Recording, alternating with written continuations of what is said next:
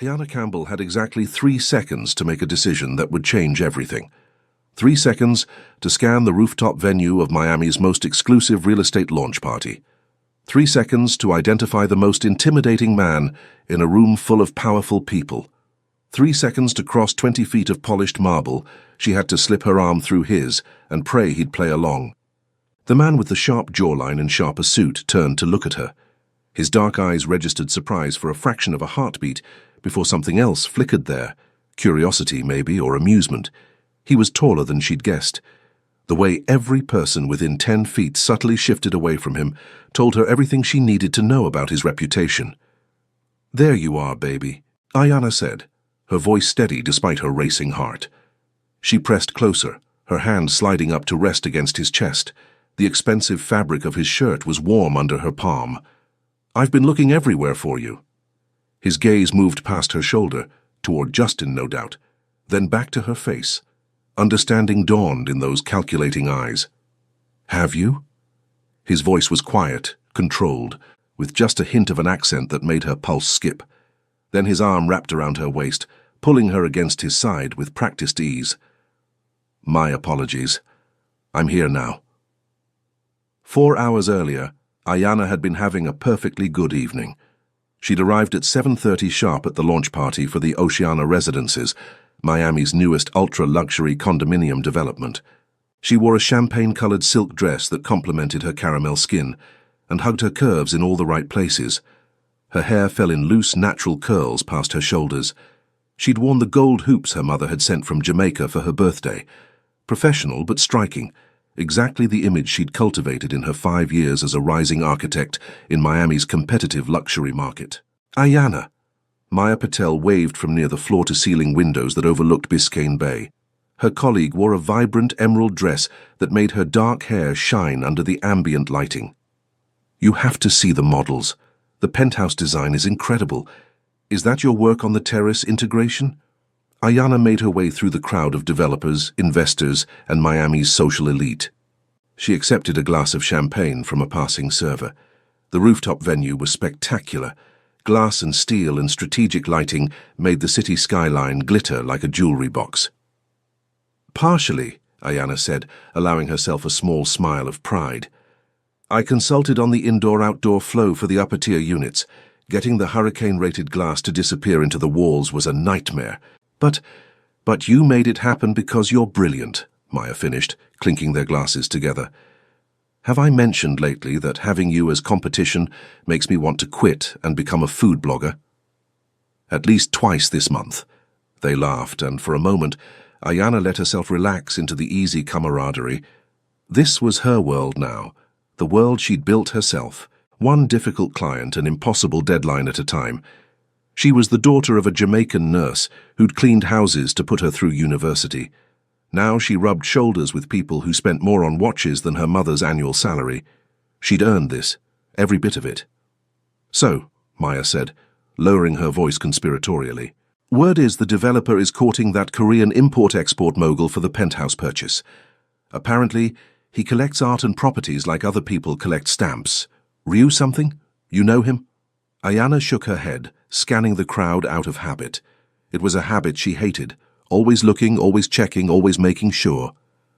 And then she saw him. Justin Harrington stood near the bar, impeccably dressed in a navy suit that probably cost 3 months of her old rent. His blonde hair was perfectly styled. His smile was practiced and charming as he spoke to a group of older men she recognized as partners from his law firm. He looked exactly as he always had, successful, confident, completely in control. Her stomach dropped. "Ayana." Maya's hand touched her elbow. "You okay? You just went pale." "I'm fine," she said automatically, but she wasn't fine. Justin wasn't supposed to be here. He was a corporate attorney, not a real estate developer. Why would he? His gaze swept the room. She knew the exact moment he saw her. His expression brightened, and he excused himself from his conversation with the focused intensity of a predator spotting prey. "Oh no," Maya breathed. "Is that— I need to go." Ayana set down her champagne glass before she could drop it. "I need to—" But Justin was already cutting through the crowd with that easy confidence that used to make her feel safe and now made her skin crawl. 4 months since she'd ended it. 4 months since she'd blocked his number, avoided his office building, changed her regular coffee shop. 4 months of him coincidentally showing up everywhere. Her gym, her favorite lunch spot, the art gallery where Indy worked, and now here. Ayanna. His voice was warm, familiar, with that slight Boston accent he'd never quite lost despite a decade in Miami. "You look beautiful. I was hoping I'd run into you." "Justin." She forced her voice to stay level, professional. "I didn't realize you had an interest in real estate development." "New client," he said smoothly, his eyes traveling over her in a way that made her want to wrap her arms around herself. "Thought I'd support their launch. Funny how we keep ending up at the same places, isn't it?" It wasn't funny, it wasn't coincidence. The way he'd positioned himself, blocking her exit path, his body angled to cage her in, was exactly the kind of subtle control that had made her realize she needed to get out. "If you'll excuse me," she started, "we should talk." His hand reached for her elbow. "I know you're still angry, but if you'd just listen—" "She's not interested, Justin." Maya stepped closer, her petite frame radiating protective fury. "Take the hint." His smile didn't waver, but something cold flickered in his blue eyes. "I wasn't talking to you, Maya. Ayanna and I have history. We're working through things." "We're not working through anything," Ayanna said, pulling her arm away from his reaching hand. "We're done. We've been done." "Baby, you don't mean that." His voice dropped lower, more intimate, as if they were alone instead of surrounded by Miami's elite. "You're just upset because I pushed too hard. I get it. But you know we're good together. You know we belong." A hand appeared between them, holding an untouched glass of champagne. "Your drink," a quiet voice said in accented English. "You left it at our table." Ayanna's brain stuttered. She turned to find herself looking up, way up, at a man she'd never seen before. He was tall, easily over 6 feet, with black hair styled in a precise undercut, and a face that could have been carved from marble. His suit was immaculate, clearly bespoke. The watch on his wrist was the kind that cost more than luxury cars. But it was his eyes that caught her, dark, intelligent, and utterly unreadable as they moved from her face to Justin's and back again. He was waiting, offering her an exit. Ayanna had approximately 3 seconds to decide if she was going to take it. She thought about Justin showing up at her gym at 6 a.m., at her usual table at Panther Coffee, at Indy's art gallery opening last month, claiming he just wanted to support local artists. The texts from unknown numbers, the flowers delivered to her office with no card, the way her skin crawled every time she left her apartment, wondering if he'd be there. She had 3 seconds to decide. She took the champagne glass. "Thank you, baby," she said, her voice carrying just enough to be heard by the people nearby. "I was wondering where you'd gotten to." Something like approval flickered in those dark eyes. His hand settled on the small of her back, warm even through the silk of her dress. He guided her slightly closer to his side. "My apologies," he said, his voice pitched for their small audience. His gaze moved to Justin with the kind of assessing look that made grown men uncomfortable. "And you are?" Justin's smile had frozen on his face. His eyes darted between them, confusion warring with something uglier. "Justin Harrington. I'm a friend of Ayanna's." "Ah." The single syllable carried volumes. The man's arm shifted, his hand now resting possessively on Ayanna's hip. "How nice. I'm Minseok, Ayanna's boyfriend." The word hung in the air like a declaration of war. Ayanna felt her heart hammering against her ribs. She forced herself to lean into Minseok's side, to smile up at him with what she hoped looked like affection rather than desperation. "Minseok, this is Justin. We dated, briefly, over a year ago." 4 months ago, Justin corrected, his voice tight. "And it was more than brief, Ayanna. We were together for a year." "Were," she emphasized, is past tense. Minseok's thumb traced a small circle on her hip, a gesture that could have been absent-minded affection or calculated performance. "It's good to meet you, Justin," he said with perfect politeness that somehow sounded like a dismissal. "If you'll excuse us, I promised Ayanna a tour of the penthouse models." He guided her away before Justin could respond. His hand never left her back as they navigated through the crowd. Ayanna caught a glimpse of Maya's shocked expression and Justin's furious one before they turned a corner toward the interior model displays. As soon as they were out of immediate sight, Min Seok's hand dropped from her back. He stepped away, putting proper distance between them. He turned to face her with those unreadable dark eyes. "You had seconds to decide," he said quietly. "Was that the decision you wanted to make?" Ayanna's hands were shaking. She set down the champagne glass on a nearby display table before she could drop it. Yes, thank you. I'm sorry for dragging you into—" "Don't apologize." His voice was still quiet, but there was steel underneath it. "Is he dangerous?" The question was so direct, so unexpected, that Ayanna found herself answering honestly. "Not physically, but he doesn't understand boundaries. I ended things 4 months ago, and he won't accept it. He keeps showing up places, calling from different numbers, sending things to my office." She wrapped her arms around herself. Suddenly cold despite the warm Miami evening. "I know how it sounds, like I'm overreacting to an ex who can't let go, but something about the way he looks at me now—" "You're not overreacting." Min Seok's voice was flat, certain. "Men like that don't stop unless they're made to stop." He pulled out his phone, fingers moving swiftly across the screen. "What's your number?" "Why?" "Because if I'm going to be your boyfriend, we should probably be able to contact each other." There was the faintest hint of something in his voice, amusement maybe. "Unless you'd prefer to explain to him tomorrow why your new boyfriend doesn't have your number." Ayanna stared at him. "You're serious?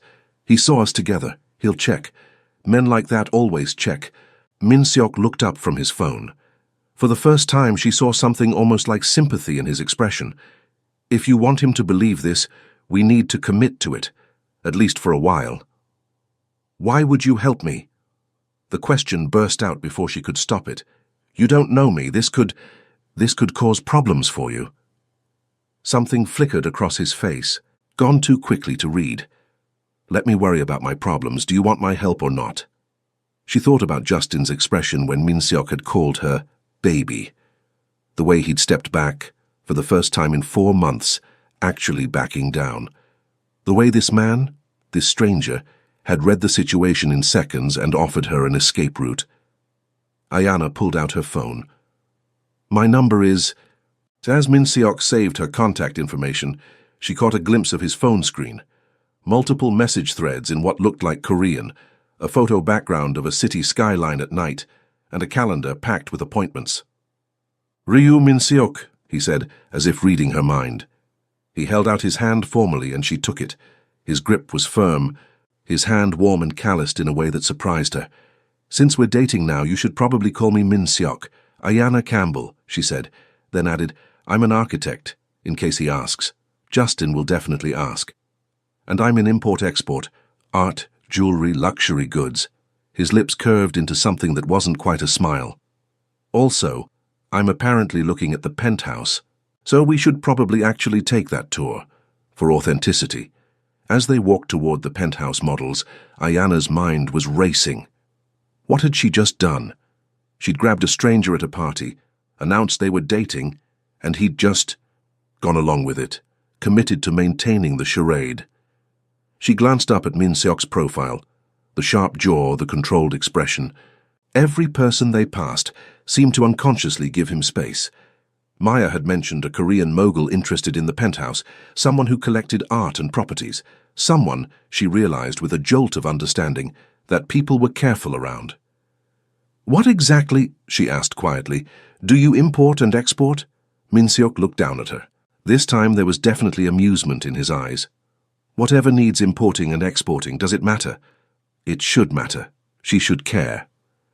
But she thought about Justin's hand reaching for her elbow, the trapped feeling of being cornered at the bar, the 4 months of looking over her shoulder. "No," Ayanna said, "right now it doesn't matter at all." The penthouse tour lasted 45 minutes. During that time, Ayanna learned 3 important things about Ryu Min Seok. First, he was genuinely interested in architecture. Not the polite interest wealthy clients usually displayed, but actual technical knowledge. He'd asked about load-bearing structures, about the engineering challenges of floor-to-ceiling disappearing glass walls. He'd asked about storm resistance specifications that most people wouldn't think to question. Second, he was very good at playing the role of attentive boyfriend. His hand had stayed on her lower back the entire tour. It was a warm presence that somehow felt protective rather than possessive. He'd pulled her close when Justin had appeared again, with his law firm partners. He'd pressed a kiss to her temple that had looked completely natural. Third, and perhaps most unsettling, he was absolutely devastatingly attractive. Ayanna had noticed he was handsome when she'd grabbed him at the bar. Hard not to notice cheekbones like that. But spending time in close proximity, feeling the heat of his body next to hers, catching the subtle scent of his cologne, something expensive and cedar-tinged, was doing things to her nervous system that had nothing to do with fake relationships. Which was problematic, considering this was supposed to be a temporary solution to a Justin problem. "You're thinking very loudly," Min-seok murmured. They stood on the penthouse terrace, ostensibly admiring the view of the bay. The party had started to thin out. Justin was still visible inside, watching them through the glass with barely concealed fury. "Sorry." Ayanna forced herself to focus on the actual view. The lights of Miami spread out like a circuit board, the dark expanse of water beyond. "I'm just trying to figure out the logistics of this." "The logistics?" Min-seok leaned against the terrace railing. For the first time that evening, he looked almost relaxed. The jacket of his suit was unbuttoned, his tie loosened slightly. There was something about the way the breeze moved his dark hair that made her fingers itch to... "Stop it," she told herself firmly. "We can't exactly fake date indefinitely," she said. "Justin will eventually figure out we're not really together. What happens then?" "Then we'll have bought you time," Min-seok said simply. "Time for him to move on. Time for you to document his behavior if it continues. Time for—" He paused, his gaze sharpening on something over her shoulder. "He's coming this way." Ayanna's stomach clenched. Before she could turn, Min-seok moved. One moment she was standing beside him at the railing. The next she was backed against it with his body blocking her from view, his hands braced on either side of her. "May I?" he asked quietly, his face inches from hers. Her breath caught. "May you what?" "Kiss you." He needs to believe this. His eyes searched hers. Despite everything, the situation, the absurdity of it all, she saw nothing but careful respect there. "But only if you consent." She should say no. This was already complicated enough. But Justin's footsteps were getting closer on the terrace stones. The thought of dealing with another confrontation. "Yes," Ayanna breathed. Min-seok closed the distance between them, with the kind of controlled precision that probably characterized everything he did. His lips were warm, firm. For a half-second, Ayanna's brain screamed that this was crazy. This was a stranger, this was... Then his hand came up to cup her jaw, tilting her head to a better angle. Conscious thought sort of dissolved. The kiss was chaste, technically. No tongue, no grab. Nothing that would be inappropriate for a semi-public venue. But there was something in the way he kissed her. Focused, thorough. Like he was memorizing the shape of her mouth, that made heat pool low in her belly. When he finally pulled back, it took her several seconds to remember how to breathe. "That good," he murmured, and there was definitely amusement in his voice now.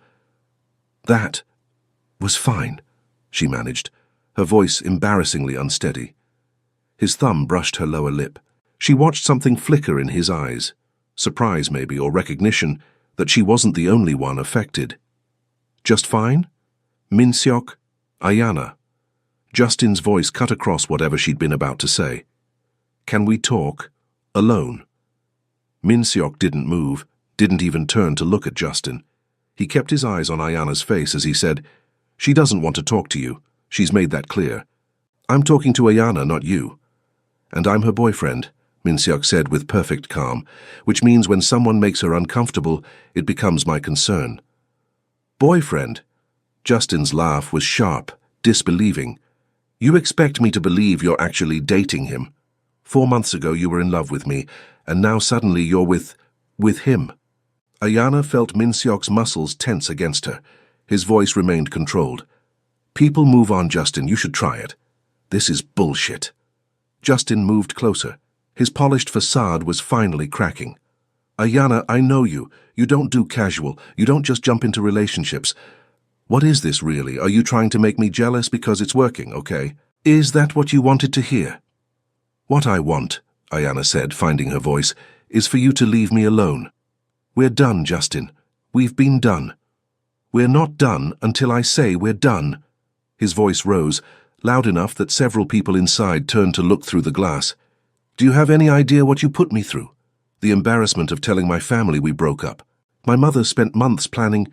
I don't care what your mother planned. Ayanna pushed away from the railing. Min Seok smoothly shifted to stand beside her, his hand finding hers. I don't care about your embarrassment. I care that you won't accept that I don't want to be with you anymore. Because of him? Justin's gaze raked over Min Seok with open hostility. What is he? Some kind of sugar daddy? You always did like expensive things. Min Seok moved faster than Ayanna would have thought possible for someone so controlled. One moment he was beside her. The next he was in Justin's space, his voice dropping to something quiet and dangerous. Choose your next words very carefully, he said, because insulting my girlfriend is a line you don't want to cross. For the first time that evening, Justin looked genuinely intimidated. He stumbled back a step, his face flushing. Are you threatening me? I'm advising you. Min Seok's tone was perfectly pleasant, which somehow made it worse. Leave Ayanna alone. Stop calling. Stop showing up places. Stop making her uncomfortable. Find someone else to focus your energy on. This is the only warning you'll get. This is insane. Justin looked between them, his expression twisting.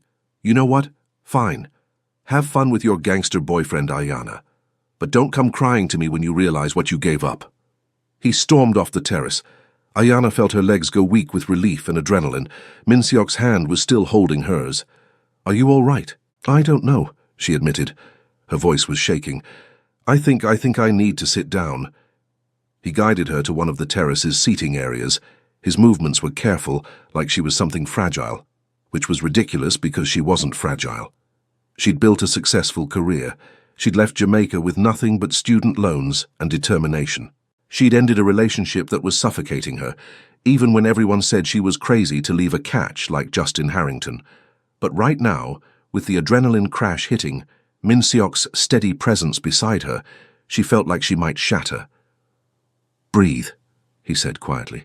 In for 4, hold for 4, out for 4. You're having a panic response. It's normal. She followed his instruction. She focused on the rhythm of her breath until her heart rate started to slow. When she finally looked up, she found him watching her with an expression she couldn't quite read. Thank you, she said. I don't know what I would have done if you hadn't. You would have handled it, he said with surprising certainty. You're clearly capable. I just made it easier. Still, she managed a shaky smile. I owe you. You don't owe me anything.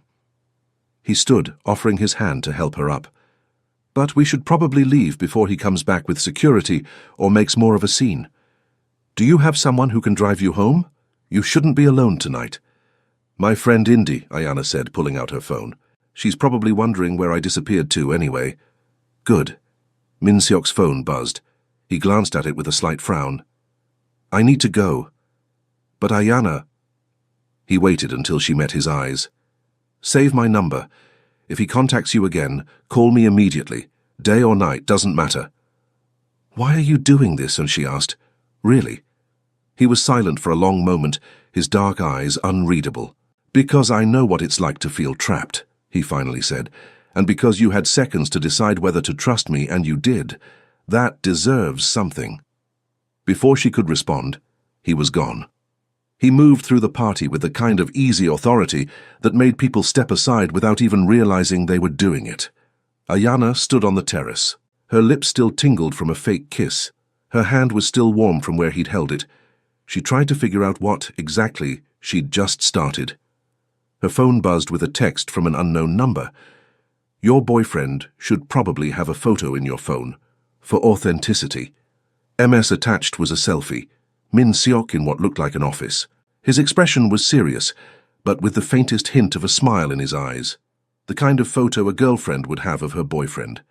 Against her better judgment, Ayanna found herself smiling as she saved it to her contacts. 3 days later, Ayanna was beginning to think she'd imagined the entire thing. Min Seok had texted twice, Once to confirm she'd gotten home safely that night. Once to ask if Justin had attempted contact. Both texts were brief, polite. They gave her absolutely no indication of what he was thinking, which was fine. This was a business arrangement, essentially. A mutually beneficial agreement that would hopefully convince Justin to back off. Except she couldn't stop thinking about the kiss. Earth to Ayanna. Maya waved a hand in front of her face. They were at their usual lunch spot in Brickell, reviewing proposals for a new mixed-use development downtown. "You've been staring at that elevation drawing for 10 minutes. What's going on?" "Nothing, just thinking." "About mysterious Korean moguls who kiss you on terraces?" Ayanna's head snapped up. "How did you—" "Please," Maya grinned. The entire party was talking about it. Ayanna Campbell, who hasn't dated anyone publicly since Justin, suddenly shows up with Ryu Min-seok. "Do you have any idea who he is?" I Googled extensively, by the way. "He's in import-export," Ayanna said carefully. "He's in a lot more than that." Maya pulled out her phone, scrolling to show Ayanna a series of articles. His family company, Ryu Holdings, operates galleries in Miami, New York, and LA, high-end jewelry, international trade. Reading between the lines of these very carefully written business articles means connections to, well, let's just say, interesting circles. Ayanna's stomach dropped as she scanned the articles. Photos of Min-seok at gallery openings, art auctions, charity galas, always impeccably dressed, always with that same controlled expression. There were no scandalous exposés, no criminal accusations, but the articles were written with the kind of careful vagueness that suggested the writers knew more than they could print. "So he's what exactly?" Ayanna asked, though she had a sinking suspicion she already knew. "Connected," Maya said diplomatically. "Very, very connected. Which—" She leaned forward, lowering her voice. "Look, I'm not judging. After what Justin put you through, if you want to date someone who makes entitled lawyers piss themselves with one look, more power to you. But Ayanna, are you sure you know what you're getting into?" Before Ayanna could answer, her phone buzzed. "Min-seok, are you free this evening? We should discuss logistics, and perhaps have dinner." Her pulse jumped. Maya raised an eyebrow. "Speaking of, it's just dinner," Ayanna said, typing a response. "Me. What time?" "Min-seok. I'll send a car at 7. Dress code is business casual. We're going somewhere public. Nothing that should make you uncomfortable." The fact that he'd specified public, that he'd considered her comfort level, something in her chest warmed. "Just dinner," Maya repeated, looking amused. "Sure. Just dinner with the man who looked at you on that terrace like you were the only person in the world. He was acting. Honey, nobody acts that well." At 6:58 p.m., Ayanna stood in front of her closet in her Coconut Grove apartment. She second-guessed every clothing decision she'd ever made. Business casual, public restaurant, not a date. She settled on cream linen pants and a coral silk top that brought out the warmth in her caramel skin. Simple gold jewelry, the hoops again, a delicate chain her grandmother had given her. Minimal makeup, her natural curls loose around her shoulders, professional, friendly. Absolutely not trying to impress him. The fact that she'd changed 3 times meant nothing. At 7:00 p.m. exactly, her phone buzzed with a text from an unknown number. "Your car is downstairs. Black sedan." Ayanna grabbed her purse and headed down. She told herself her racing heart was just nervous energy. The car was actually a very nice Mercedes.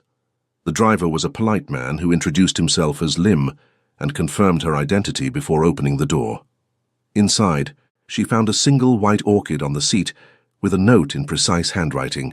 "For authenticity, boyfriends send flowers. M.So." Despite herself, Ayanna smiled. The drive took them to South Beach, to a restaurant she'd heard of but never been able to afford, a fusion place that somehow managed to be both upscale and intimate. Min-seok was already there, standing as she approached the table. He'd dressed down from the party, dark slacks, a white button-down with the sleeves rolled to his forearms, no tie. He looked younger this way, more approachable, though his eyes still held that watchful intensity. "Ayanna."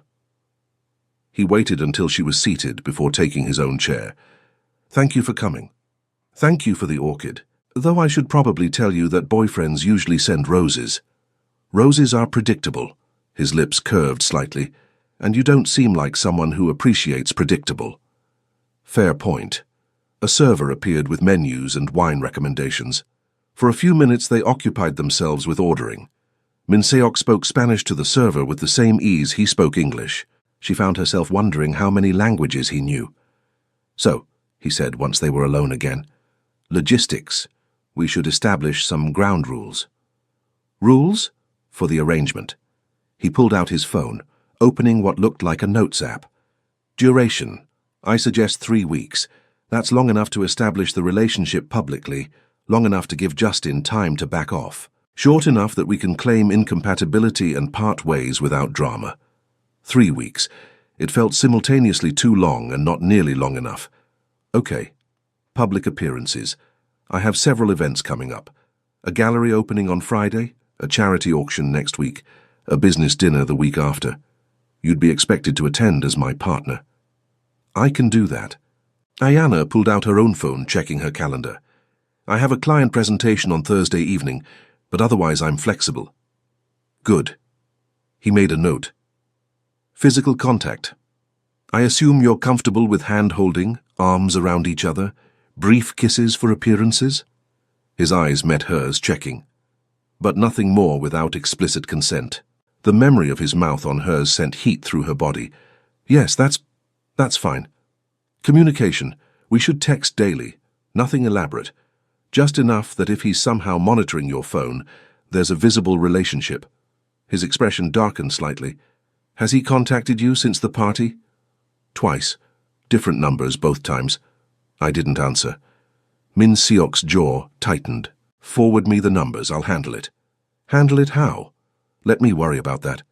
He leaned back as their appetizers arrived. Hamachi crudo for her, some kind of short rib dish for him. Now, tell me about your work. If we're dating, I should probably know more than she's an architect. And just like that, they slipped into actual conversation. Ayana found herself telling him about her latest project, a sustainable housing development in Overtown that was proving more complicated than anticipated. Min Seok listened with genuine interest. He asked questions that showed he actually understood the technical challenges she was describing. You care about it, he observed, the housing project, more than your luxury commissions. Is it that obvious? You lit up when you started talking about green roofs and solar orientation. His lips curved. It's attractive, that kind of passion. Ayana's pulse jumped. I thought this wasn't supposed to be a real date. It's not, but his eyes held hers. There was something in his expression that made her breath catch. Doesn't mean I can't appreciate passion when I see it. She was saved from having to respond by the arrival of their entrees. They ate in comfortable silence for a few minutes before Min Seok spoke again. Maya was right, you know, about Googling me. Ayana nearly choked on her wine. How did you... Maya Patel, architect at Morrison & Chen. She sat 2 tables over at the party and has been your colleague for 3 years. She also has excellent taste in jewelry. She was wearing a piece from one of my galleries. He said it matter-of-factly, like casual background checks were normal. I assume she told you that my business dealings are complicated. She used the word connected. A diplomatic choice. Min Seok set down his fork, his expression serious. I won't lie to you, Ayana. My family's business operates in grey areas. We're legitimate on paper. But the people we work with, the nature of some transactions... He paused.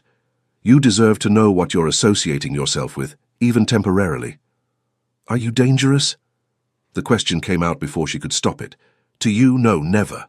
His voice was absolutely certain. To people who threaten what's mine, yes. Something about the way he said what's mine, like it included her at least for the duration of this arrangement, made her stomach flip. I'm not asking you to be part of that world, he continued. This is theatre, nothing more, but I won't pretend I'm something I'm not. Ayana studied him. The sharp lines of his face, the controlled posture. The way his eyes watched her like he was waiting for her to bolt. She thought about Justin, who'd seemed so safe, so respectable, who'd turned into a nightmare, and Min Seok, who'd been upfront about the grey areas, who'd asked permission before kissing her, who'd specified public venues so she'd feel safe. 3 weeks, she said. We maintain the appearance of dating. We attend each other's events. We convince Justin I've moved on. Yes, and after 3 weeks? After 3 weeks, we have a public but amicable breakup. Incompatible schedules, different life goals, whatever story you prefer. His expression softened slightly. And I'll make sure Justin doesn't bother you again. How?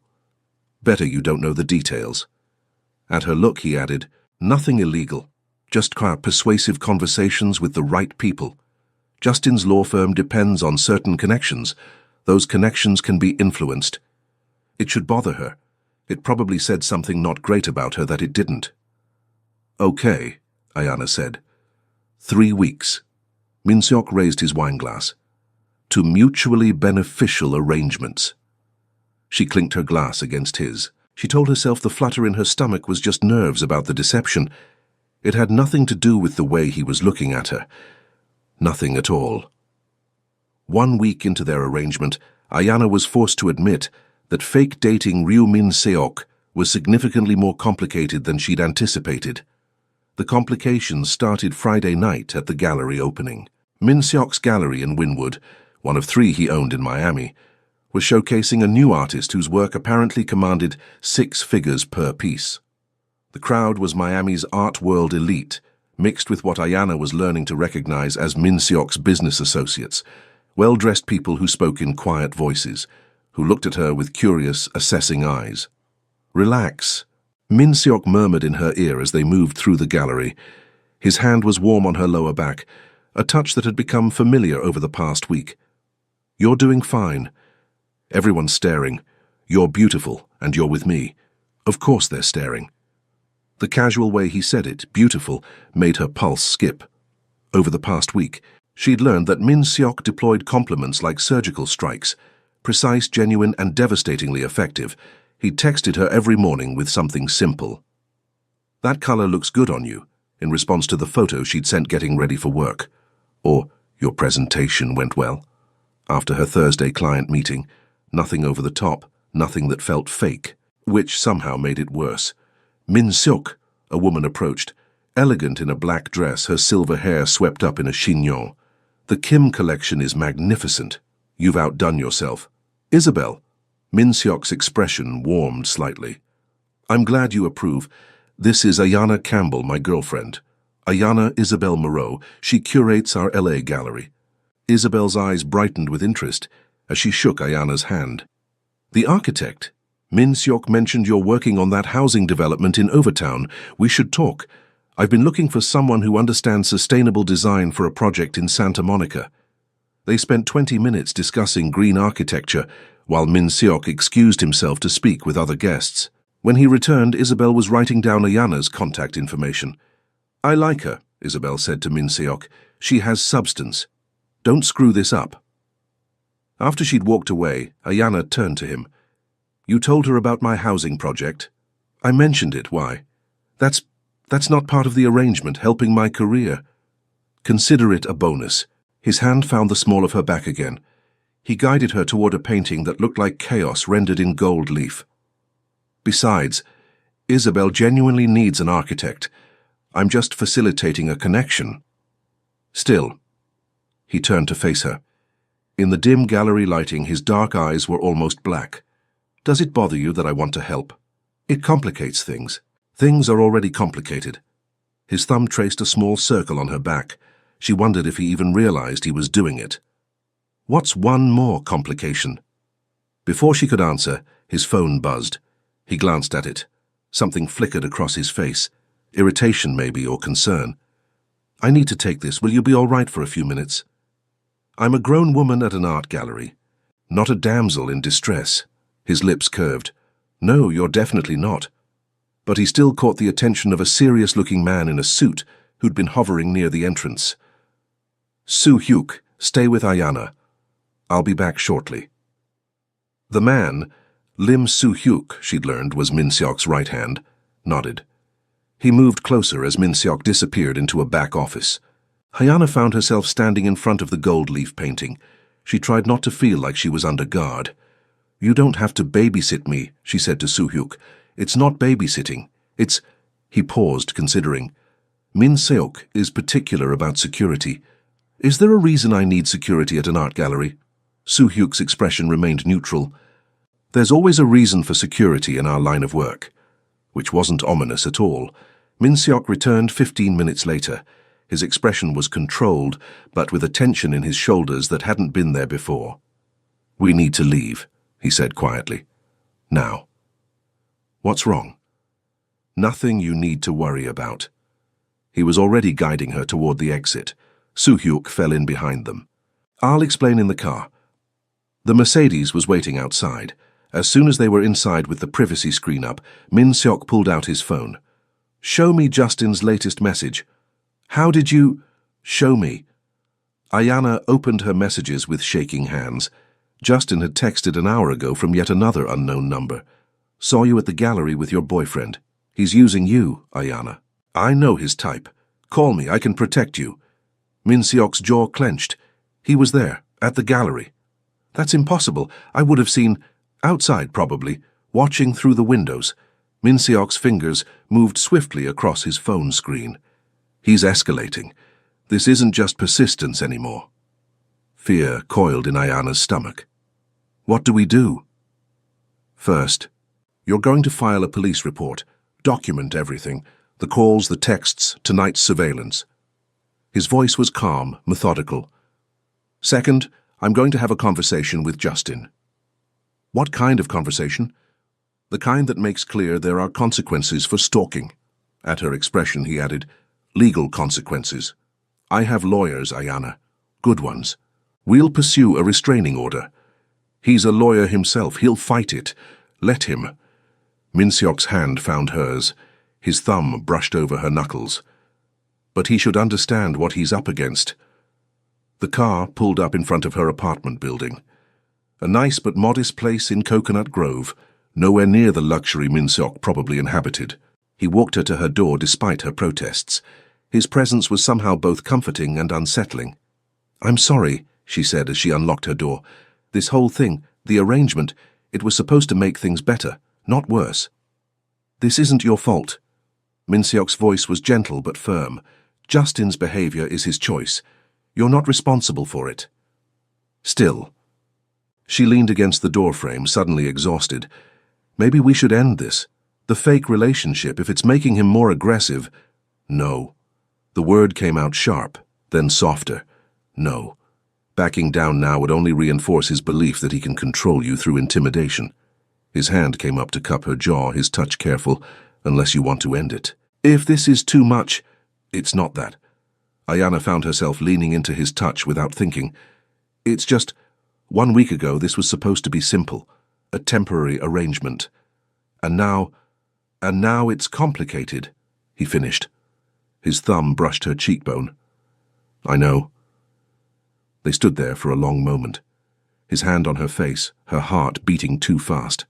Up close, she could see tiny flecks of amber in his dark eyes, could feel the warmth of his breath. "Min Seok," she whispered, "this isn't fake anymore, is it?" His expression shifted, surprise, recognition, something that looked almost like relief. "No," he said quietly. "It stopped being fake somewhere around day 3. That's a problem. I know." But he didn't move away. "We have rules, an end date, a clean exit strategy." "We do." "This complicates all of that." "It does." Neither of them moved. His thumb traced her lower lip. She watched his pupils dilate. The air between them felt electric, charged with possibility and terrible timing. "I should go," Min Seok said, but he didn't sound convinced. "You should." "Ayana." His voice dropped lower, rougher. "If I kiss you right now, it won't be for Justin's benefit. It won't be part of the arrangement." Her breath caught. "I know." "That's not a no." "No," she breathed. "It's not." He kissed her. Not the controlled, public, appropriate kiss from the party terrace. This was thorough, consuming. His mouth moved over hers with barely restrained hunger. His hand slid into her hair, tilting her head back. His other arm wrapped around her waist to pull her flush against him. Ayana heard herself make a sound, half gasp, half moan, and his grip tightened in response. When they finally broke apart, both breathing hard, Min-seok rested his forehead against hers. "This is a terrible idea," he murmured. "The worst," she agreed. "We have 2 weeks left in the arrangement. 13 days. We agreed on a clean exit." "We did." His hand was still in her hair, his thumb tracing the line of her jaw. "What do you want to do?" Ayana pulled back enough to meet his eyes. "I want—" She took a breath. "I want to see where this goes, for real. No arrangement, no end date." "That's not what we agreed to." "I know." She pressed her hand to his chest, feeling his heartbeat racing under her palm. "But somewhere in the last week I stopped pretending, and I think you did too." Min-seok was quiet for a long moment. His dark eyes searched hers. Then he pulled out his phone. He opened their text thread and deleted a specific message. "What was that?" Ayana asked. "The reminder I set for day 21, the fake breakup conversation." He pocketed his phone, his expression serious. "If we're doing this for real, we need new rules, such as honesty, complete honesty." His hand found hers, lacing their fingers together. "My life is complicated. My work touches gray areas that most people don't want to know about. If you're going to be with me, really with me, you need to understand what that means. So tell me." He did. Standing in her doorway at midnight, Min-seok told her about Ryu Holdings. How it started as a legitimate import business, but grew to include acquisitions that existed in legal gray zones, art pieces that moved through unofficial channels, jewelry with questionable provenance, protection services for people who couldn't go to the police. "I don't hurt innocent people," he said. "I don't traffic in anything that exploits the vulnerable, but I'm not a good man by conventional standards." "I never asked you to be good," Ayana said. "I asked you to be honest." Something shifted in his expression. Relief, maybe, or gratitude. "There's more. I have enemies. Business rivals, mostly. But there's an Irish crew in Miami, Jamie O'Brien's people, that's been pushing into territory we've held for years. Dating me puts you in proximity to that conflict." "Is that why Soo-hyuk stayed with me at the gallery? Because of O'Brien?" "Partially. Also because you're important to me. I protect what's important to me." The casual way he said it, "You're important to me," made her heart stutter. "What else should I know?" Ayana asked. "My family's in Korea. My father built this business. When he died 5 years ago, I took over. I send money back to support my mother and younger sister. They know nothing about the gray areas. They think I'm a respectable art dealer." He paused. "I'd like to keep it that way." "Okay? Okay?" He looked almost surprised. "That's it? No judgment? No questions about morality?" "I have questions," Ayana said. "Lots of them, but Min-seok—" She squeezed his hand. "You were honest with me from the start. You never pretended to be something you're not. That's more than I can say for the supposedly good man I dated before you." His thumb brushed over her knuckles. "Justin." Justin checked every box on paper. Good job, good family, good reputation. Underneath all that respectability, he was controlling, manipulative. He couldn't hear the word no. She met Min-seok's eyes. "You operate in gray areas, but you asked permission before kissing me. You specified public venues so I'd feel safe. You've been more respectful in 1 week than he was in a year. That's a low bar. Maybe, but you cleared it by a mile." Min-seok pulled her close, his arms wrapped around her in a way that felt both protective and possessive. "I don't know how to do this," he admitted quietly. "The real relationship thing. It's been—" He paused. "It's been a long time since I let myself want something this much. Then we'll figure it out together." Ayana rested her head against his chest. She heard his heartbeat steady under her ear. "No arrangement, no fake dates, just us." "Just us," he echoed. Then, after a moment, "You should probably know. I'm going to want to keep you safe. It's part of who I am. If that feels like too much—" "There's a difference between protection and control," Ayana said. "You've been careful about that line. Justin never was. Still, if I overstep, tell me." "I will." She pulled back to look up at him. "And Min-seok? I'm not fragile. I left Jamaica with nothing but student loans and a dream. I built a career in a competitive industry. I ended a relationship that everyone said I should stay in. I'm stronger than I look." His eyes softened. "I know you are. That's part of what—" He stopped, shook his head. "It's late. You should get some sleep." "What were you going to say?" "That's part of what draws me to you," he finished quietly. "Your strength. The way you marched up to me at that party and decided I was your escape route. The audacity of it." His lips curved slightly. "I'm used to people being afraid of me. You never were. Should I be?" "God, I hope not." He kissed her again, softer this time, lingering. Then he was gone. Ayanna stood in her doorway. Her lips tingled and her carefully organized life was in beautiful, terrifying chaos. Her phone buzzed with a text. "Minseok. Lock your door. Set your alarm. Text me when you're inside safely." Then, a moment later, "Minseok also, I'm glad we stopped pretending." Ayanna smiled, locked her door and sent back, "Me too." The next 2 weeks unfolded like a fever dream of real dates, stolen kisses, and the gradual dismantling of every wall Ayanna had built around her heart.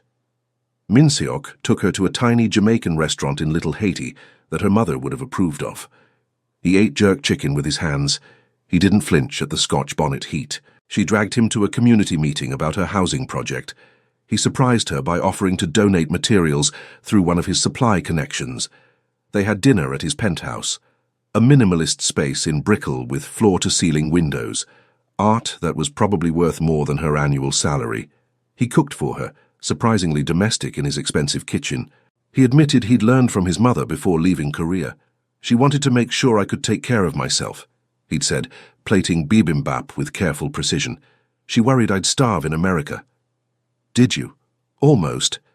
That first year was rough." He'd smiled then, a real smile that transformed his usually controlled expression. "I ate a lot of instant ramen." They talked about everything. Her childhood in Kingston before her mother moved them to Miami. His years building the business from his father's modest import company into something larger and more complicated. They talked about the things they'd lost, the choices they'd made, the futures they were trying to build. And they kissed. A lot.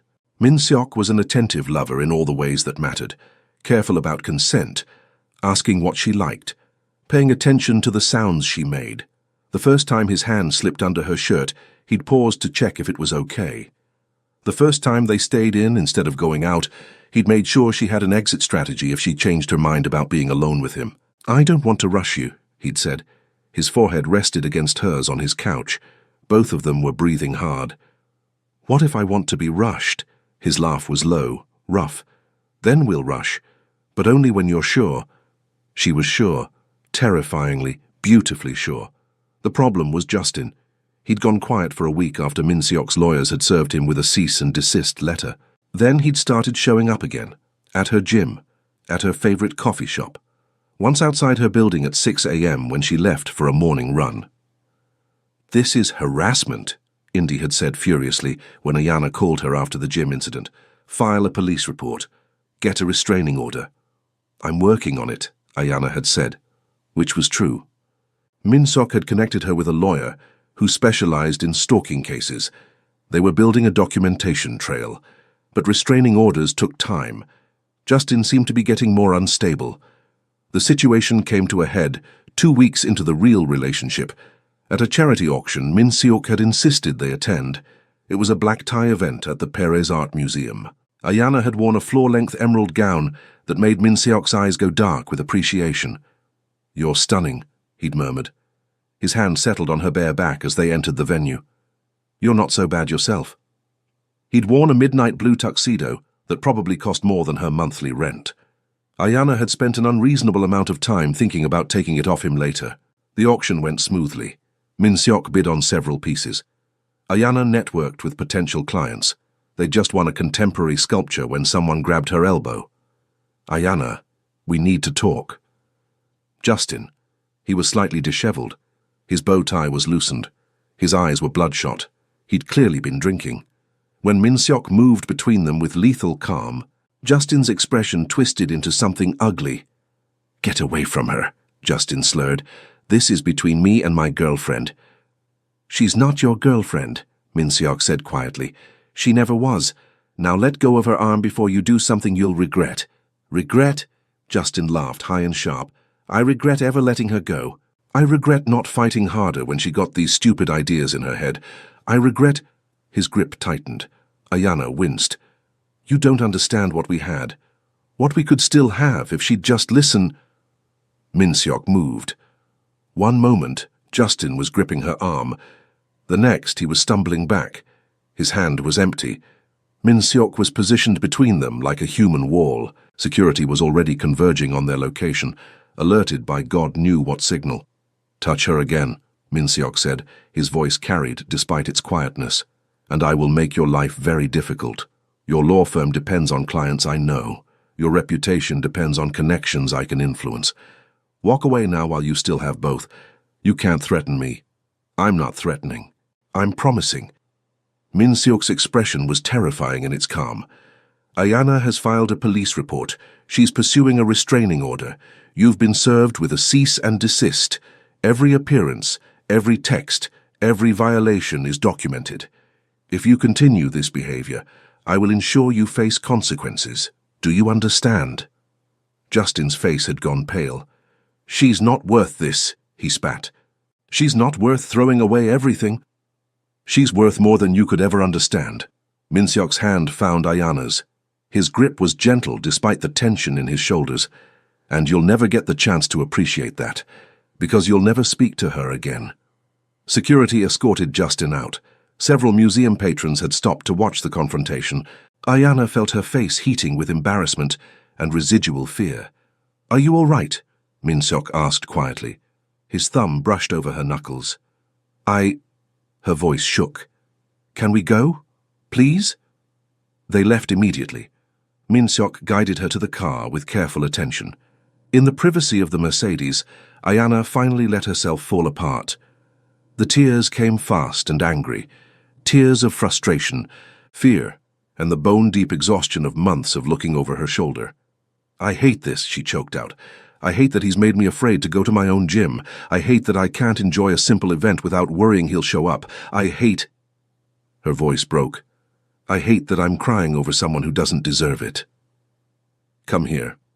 Minseok pulled her into his arms. His hand stroked her back in soothing circles. You're not crying over him. You're crying because you're exhausted from fighting. That's different. Is it? Yes.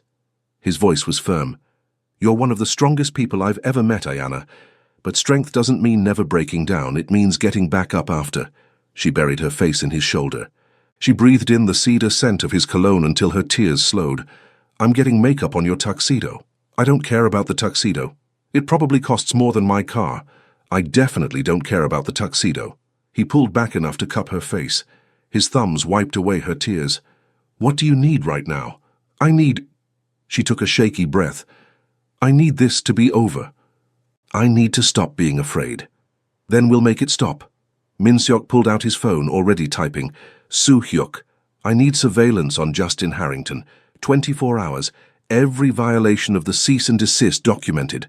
And send word to our contacts at his firm. Let them know there are concerns about his behavior. Minseok, you don't have to— Yes, I do. His expression was resolute. Because you're mine. And I protect what's mine, always. The word, mine, should have bothered her, should have felt like possession rather than protection. But in Minseok's voice, with his careful touch still on her face, it felt like a promise instead. Take me home, she said quietly. You're home. His eyes darkened. Ayana. I'm sure. She pressed her hand over his heart, feeling it race. I don't want to be alone tonight. I don't want to think about Justin or fear or any of it. I just want— She met his gaze. I want you. Are you certain? His voice was rough. Because once we cross this line— I've been certain since you kissed me in my doorway 2 weeks ago. She leaned forward. Her lips brushed his. Maybe since that first night on the terrace. So yes, Minseok, I'm certain. The drive to his penthouse took 15 minutes that felt like hours. Minseok kept her hand in his the entire time. His thumb traced patterns on her palm that made her pulse race. When they finally reached his building, he guided her through the lobby with careful attention. as if she might disappear if he stopped touching her. In the elevator, Ayana found herself backed against the wall. Min Seok's mouth was on hers in a kiss that was hungry, demanding. Nothing like the controlled kisses they'd shared in public. His hands framed her face, her waist, her hips, like he couldn't decide where to touch first. "Bedroom," she breathed when they broke apart. "Are you—" "If you ask me if I'm sure one more time," Ayana said, pulling him back down for another kiss, "I'm going to think you don't want this." His laugh was low, rough. "I want this. God, I want this." His mouth moved to her neck, her collarbone. "But I need you to know this isn't just physical for me. It hasn't been just physical since you walked up to me at that party and trusted me with your safety." "I know." She threaded her fingers through his hair. She felt him shudder. "It's not just physical for me either." They barely made it to his bedroom. Ayana had a blurred impression of floor-to-ceiling windows, city lights spreading out below. Before Min Seok was kissing her again and nothing else mattered. He was careful, so careful, asking permission, checking in, making sure she was with him every step. Later, tangled in his sheets with Miami glittering outside the windows, Ayana felt something in her chest crack open. Min Seok's hand traced lazy patterns on her bare shoulder. His breathing was still uneven. "Stay," he said quietly. "Not just tonight, stay. I wasn't planning on leaving. I mean stay with me, move in, or—" He paused, seeming to search for words. "I know it's fast. I know we've only really been together 2 weeks. But Ayana, I haven't felt this way about anyone in years, maybe ever. Life is too short to pretend I don't want you in it." She turned to face him, her heart racing. "Are you asking me to move in with you?" "Eventually, maybe, if you want." He looked almost uncertain, a vulnerability she'd never seen in him before. "Or we could keep taking it slow. I need you to know that this is real for me. You're real for me." Ayana pressed her palm to his chest. She felt his heartbeat steady under her hand. "It's real for me too," she said softly. "Terrifyingly real. I never expected—" She stopped, shook her head. "I grabbed you at that party because I was desperate. I never expected to actually fall for you. But you did." "I did." She smiled, despite the fear curling in her stomach. "So, what do we do now?" "Now?" Min Seok pulled her closer, his arms wrapped around her. "Now we figure it out together. No arrangements, no end dates. Just us." "Just us," she echoed. She let herself believe in the possibility of it. Outside, Miami sparkled like a promise. For the first time in months, Ayana felt safe enough to close her eyes and sleep. 14 months later. Ayana stood in the kitchen of the penthouse, their penthouse now, officially, since she'd moved in 6 months ago. She watched Min Seok attempt to make her grandmother's recipe for curry goat. He frowned at the pot, with the same intensity he brought to business negotiations. He adjusted seasonings with careful precision. "You know," she said, wrapping her arms around him from behind, "my grandmother would be impressed. Your grandmother would tell me I'm using too much Scotch bonnet." "Probably." Ayana rested her cheek against his back. She felt the warmth of him through his t-shirt, but she'd appreciate the effort. It had been a year of adjustments, learning to live together, learning each other's rhythms, learning how to balance Ayana's work with Min Seok's complicated business dealings. There had been arguments, particularly about his protective instincts, which sometimes crossed the line into overprotective territory. There had been challenges, like the week O'Brien's crew had escalated their territory dispute, and Min Seok had insisted on security following Ayana everywhere. But there had been more good than bad, so much more. The housing project in Overtown was breaking ground next month. Materials were donated by Ryu Holdings. Isabel had brought her that Santa Monica project. That had led to 2 more California commissions. Min Seok had started talking about opening a gallery in Kingston, specifically to showcase Caribbean artists, and Justin had finally, blessedly, disappeared. The restraining order had gone through. His law firm, facing pressure from several influential clients, had quietly suggested he take a position in their Boston office. He'd been gone for 10 months now. Ayana had slowly stopped checking over her shoulder, stopped tensing every time her phone buzzed with an unknown number. "Indy's bringing her new girlfriend tonight, right?" Min Seok asked. He pulled Ayana's attention back to the present. "Yes, and Maya's bringing her husband." And Soo-hyuk is Soo-hyuk bringing anyone? He said he'd come alone. I think he's secretly terrified of your friends. Good. They're terrifying. Min-seok turned in her arms. His expression softened as he looked down at her. He did that sometimes. Just looked at her like he still couldn't quite believe she was real. She understood the feeling. Have I told you lately that I love you? He asked. Not since this morning. That's unacceptable. He kissed her forehead, her nose, her lips. I love you. You're the best decision I've ever made.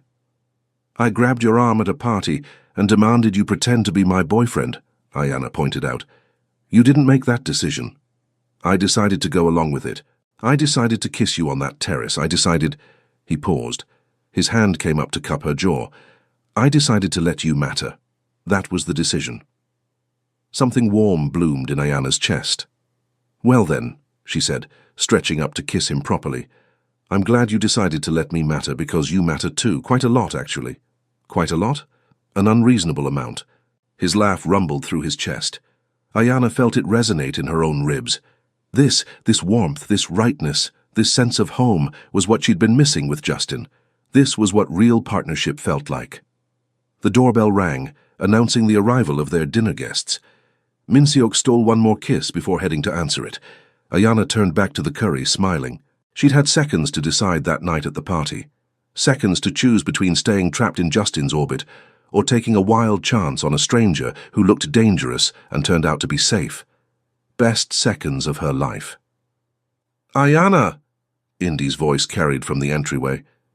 Why didn't you tell me your boyfriend's penthouse has a view that makes my apartment look like a shoebox? Because you would have judged me. Darn right I'm judging you. This is ridiculous, Ayana laughed.